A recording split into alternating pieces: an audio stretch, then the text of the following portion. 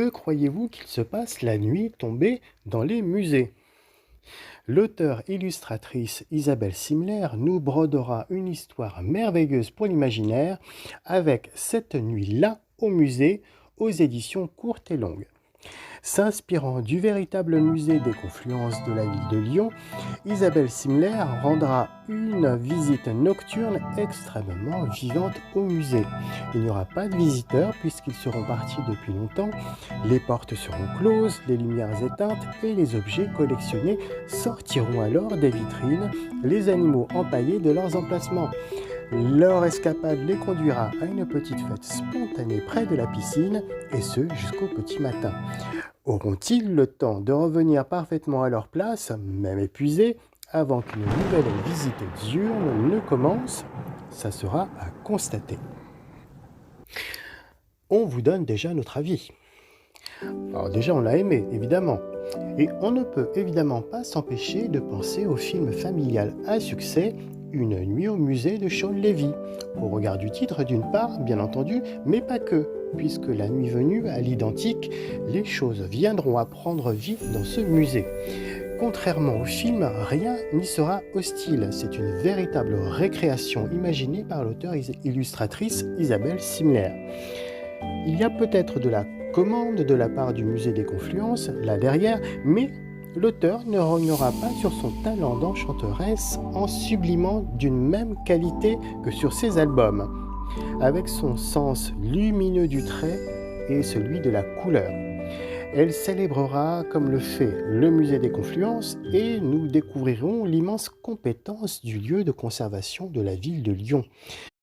Grâce aux objets et aux éléments qui s'échapperont par les couloirs ou les ascenseurs, nous déterminerons plusieurs centres d'intérêt autour du grand sujet qui concerne le musée sur l'histoire du monde. Nous verrons passer des statuettes, des masques rituels, comme au musée parisien du Quai Branly dédié aux arts primitifs. Les cocottes minutes, les vieux téléphones prendront la tangente à bord d'une voiture des années 40 et nous serons sur une référence aux produits industriels et le design, comme dans les collections du musée parisien des arts décoratifs cette fois. Enfin, girafes, crocodiles empaillés et mammouths reconstitués s'ébroueront avec enthousiasme dans un espace aménagé d'une piscine. Vous l'avez peut-être déjà deviné, cela relèvera de la compétence du musée d'histoire naturelle. Imaginez donc tous ces centres d'intérêt réunis en un seul endroit. C'est vraiment fabuleux. Les personnages. Eh bien, il n'y a évidemment pas de personnages principaux. Chaque ressource conservée par le musée aura la vedette. Nous aurons le temps de les distinguer, de les admirer, même en cavale, et ainsi aussi de connaître le menu des futures visites du musée des Confluences.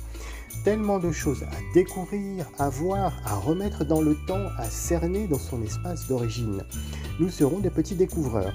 Il y a beaucoup d'insectes que nous ne connaissions pas encore, par exemple le longicorne, sauterelle-feuille, les sphinx et les fulgores.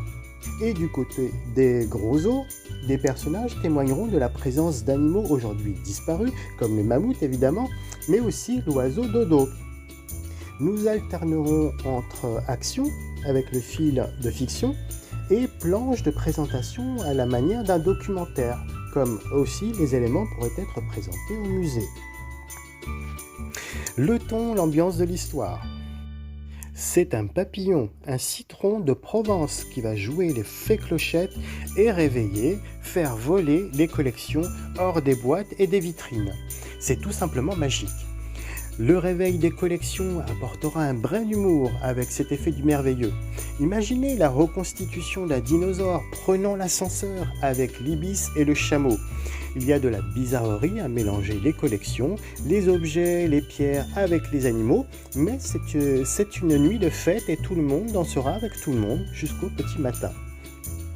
Cette aventure a quelque chose d'universel. Si l'aventure se passe bien dans l'imposant et original musée des Confluences de Lyon, nous pourrions sans souci nous sentir concernés pour n'importe quel autre musée à portée de nos habitations.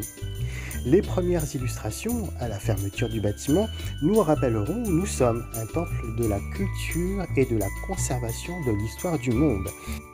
Il devrait y en avoir pour toutes les curiosités. Des collections technologiques à l'ingéniosité manufacturée ou industrielle, aux témoignages à plumes, à carapace de différentes couleurs. Amateurs de curiosités et de jolies choses, à table. Côté illustration, les images d'Isabelle Simler irradient de toutes leurs fibres. Les éléments semblent faits de fibres de verre.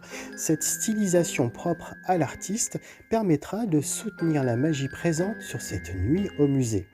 Chaque animal ou objet donnera l'impression de vibrer grâce à la lumière, tandis que les pièces du musée seront plongées dans la nuit noire.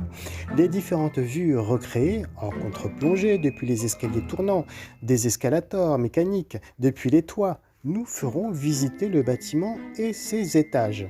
La dernière scène, ponctuée par le soleil se levant sur le musée, marquant aussi la fin des heures libres, est également vivifiante et émouvante. Nous aurons nous aussi l'impression d'avoir participé à ce rendez-vous nocturne très spécial. Il ne restera plus pour nous qu'à venir saluer les fabuleuses collections sur les heures de jour et d'ouverture. Voilà, nous espérons vous avoir donné envie de tenir entre vos mains l'album Cette nuit-là au musée d'Isabelle Simler aux éditions courtes et longues. Il ne faudra pas vous priver de savourer d'autres titres extraordinaires de l'auteur, comme Dans les poches d'Alice, Pinocchio, Cendrillon et les autres, comme Plume, comme Tête à tête avec mon chat, comme La toile et comme L'heure bleue, tous chez l'éditeur courte et longue. Bonne lecture!